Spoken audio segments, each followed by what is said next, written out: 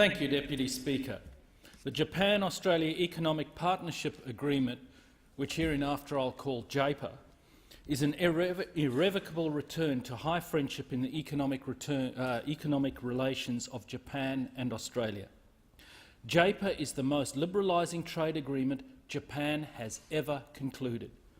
More than 97% of Australia's exports to Japan will receive preferential access or enter Japan duty-free.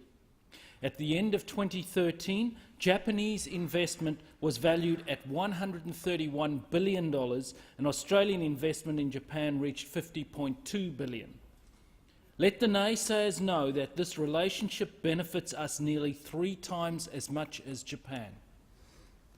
Gone will be the high tariffs for trade with Japan, including agricultural tariffs of up to 219%. Immediate duty-free access for milk protein concentrates, as well as new opportunities for ice cream and frozen yogurt exports. Tariffs on macadamia nuts, asparagus, lobsters, crustaceans and shellfish will be eliminated immediately. Immediate duty-free and quota-free access for wheat, for feed and barley for feed, as well as streamlined export arrangements for some Australian wheat varieties. This is a good move for WA and especially a positive move for all WA wheat growers. JAEPA is a stepping stone as it puts in place a framework to achieve an even better deal. Almost 30 years ago, August 1986, US President Ronald Reagan signed an economic partnership agreement with Japan. In an August 2, 1986 radio address, he stated, and I quote, "These agreements are examples of positive, result-oriented trade action. Instead of closing markets at home, we've opened markets to US products abroad, thus helping create more American jobs. Because believe me, when Americans are competing on a level playing field, they can outproduce and outsell anyone anywhere in the world." End quote. I trust and believe in Australia. I trust and believe in our Australian ingenuity and excellence.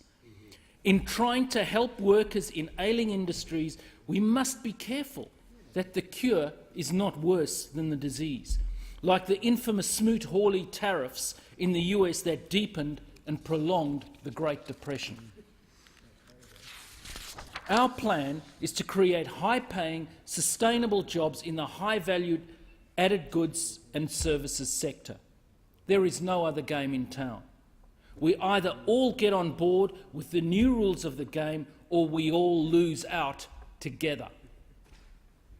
I support global growth targets of 2.1% per annum agreed at the Brisbane G20. FTAs are our future. Tariff barriers are a redundant relic of history. Viewed in the context of our digital age, they are as outdated as other fashionable ideas from that period, about as useful as an underwater hairdryer. Listen to some of the many pros of free trade: lower costs, increase in purchasing power, comparative advantage, it improves economic growth. We compete in a globally connected and interdependent and competitive world. In July, the Business Council released a report that identified tourism, education, resources and energy, advanced manufacturing, agriculture and food manufacturing, professional services and financial services as areas where Australia can be globally competitive. High-quality services are one of Australia's competitive strengths and largest areas of employment. The removal of trade restrictions in aged care, education, tourism, mining and construction, engineering and manufacturing services gives Australia an unprecedented opportunity to benefit from Japan's aged and ageing population. The combined impact of the agreement with China,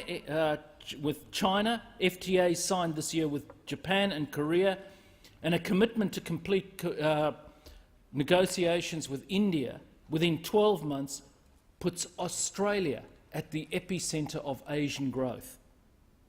We have achieved these agreements in the region that's set to account for half the world's economic output. What the Howard government started, the Abbott government is finishing. There are moral arguments to support free and freer trade among nations. Free trade respects the dignity and sovereignty of an individual. Free trade restrains the power of the state.